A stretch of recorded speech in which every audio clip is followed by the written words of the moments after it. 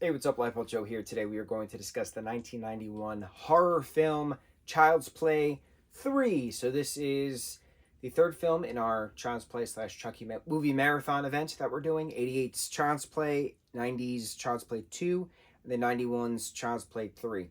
So there's a year difference between when the second and the third film came out, 90 and 91 respectively. But plot-wise, it's 8 years. So Andy is he's 6 years old in the first, he's 8 years old in the second, he's 16 years old in the third. So obviously he's not the same actor.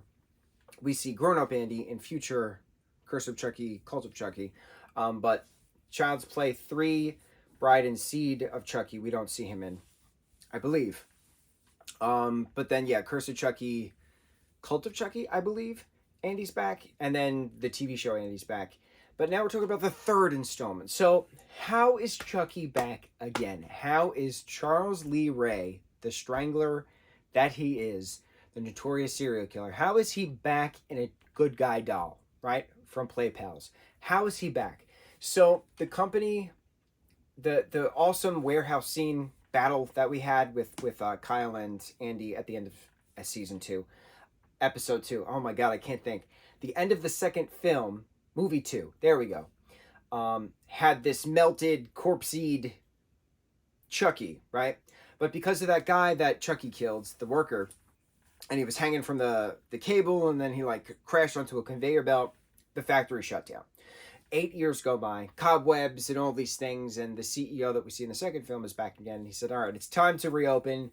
You know, numbers don't lie. Above all, bottom line is we are a business, and this was the good selling toy, so we're going to go back into this. So they clean it up, they restart the wax, and while they're moving the corpsed, waxed, hybrid, chimerid Chucky that they defeated with that air tube in the mouth, blood is still coming out of him 8 years later. Interesting, I know. So as they're moving the glob, blood is trickling over the warehouse, and then blood is seeping into the hot vat of wax that they're now producing to create new good guy dolls. And then the chunk goes on its merry way, but the blood mixed in with the slurry of wax creating these new dolls. So the question is with the voodoo magic that brought Charles into the good guy doll in the first place, is he now imposed into every single good guy doll? I don't remember the other films. It's been quite some time, so I have to revisit them, and we're going to get an answer to that. In this particular film, one specific Chucky doll is imposed with Charles's essence, soul. So let's just assume, for argument's sake, that whatever doll his soul decides to stay in for the time being, he is that doll, because his blood is now mixed in all of the good guy dolls. And so now it's a matter of who's the next person he tells who he is. Because that was the thing. He has to kill Andy. He has to take over Andy's body. Because Andy was the first person he told that he was actually Charles Lee Ray. Now, in this third film, Andy is 16 years old. He's been bounced around from foster care to foster care, had juvenile problems, whatever, because of the no one believes him situation. And so his mom is still in a special care that him and this commanding officer had gone over, because now he's in military school. So he's starting at this Kent Academy military school, or Kent Military Academy. And it's problems start when Chucky, after killing the CEO of the toy company, mails himself to Kent after hacking into the computer to find where Andy is now. Goes to Kent, meets his little kid Tyler, and he realizes, oh, well, I don't have to fight Andy anymore. I could technically just get this younger kid's body. That way I have longer to live. So the goal now is to get Tyler's body, but Andy is smart enough to warn Tyler to help Tyler. But Chucky's still causing chaos. He's killing the barber, he's killing the drill sergeants, he's killing the officers, he's switching the paintball ammo for real ammo. And watching kids get shot, it's just hard to watch with all of the real-world mass school shootings that we have all these years later. This came out in 91. Wasn't a big thing then. But now it's a big thing. It happens quite often. So it's just hard to watch this film, particularly at the school shootings scenes in this third film. It's hard to watch that. The last fourth of the film, though, I will give credit where credit is due, because the last battle scenes were awesome. That's what's cool about the Child's Play films from what I remember and what I'm seeing.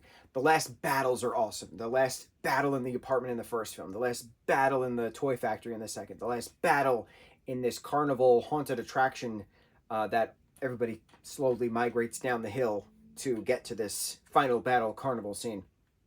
Super cool. Super cool last battle scenes. And this last battle scene, we have this little kid, Tyler, about to be killed by Chucky, but Andy's there, and one of their other schoolmates is there, and Chucky winds up shooting her at one point. So that, again, more kids being shot. It's just it's hard to watch from a film from the 91 to present, but we're talking main battle point at the end. So the main battle, the final battle at the end, Tyler giving Andy the pocket knife that he gave to him, and to slice Chucky's last hand off, and because he shot his arm off at one point, Chucky's got his face sliced off. There's blood everywhere because he's becoming human again. That's the point. The longer he stays in the doll, the more human he becomes. So Chucky then is thrown into this giant fan that's shooting up air for like this fake fire effect kind of thing in this fake mountain, in this haunted attraction, haunted roller coaster. And he's then chopped to bits and thrown everywhere, and there's another explosion. So now the question is, moving into the fourth film, Bride of Chucky, how does Chucky get back to being Chucky? So we got to watch it. We're going to keep track. So we kept up with the timelines. 88, Andy is 6. 90 release, Andy is 8. 91 release, Andy is 16. So now we'll see what happens next in 4 and 5, which is Bride of Chucky, Seed of Chucky. 6 and 7 is Curse of Chucky, Cult of Chucky, or Cult of Chucky, Curse of Chucky. I can never get the two correct.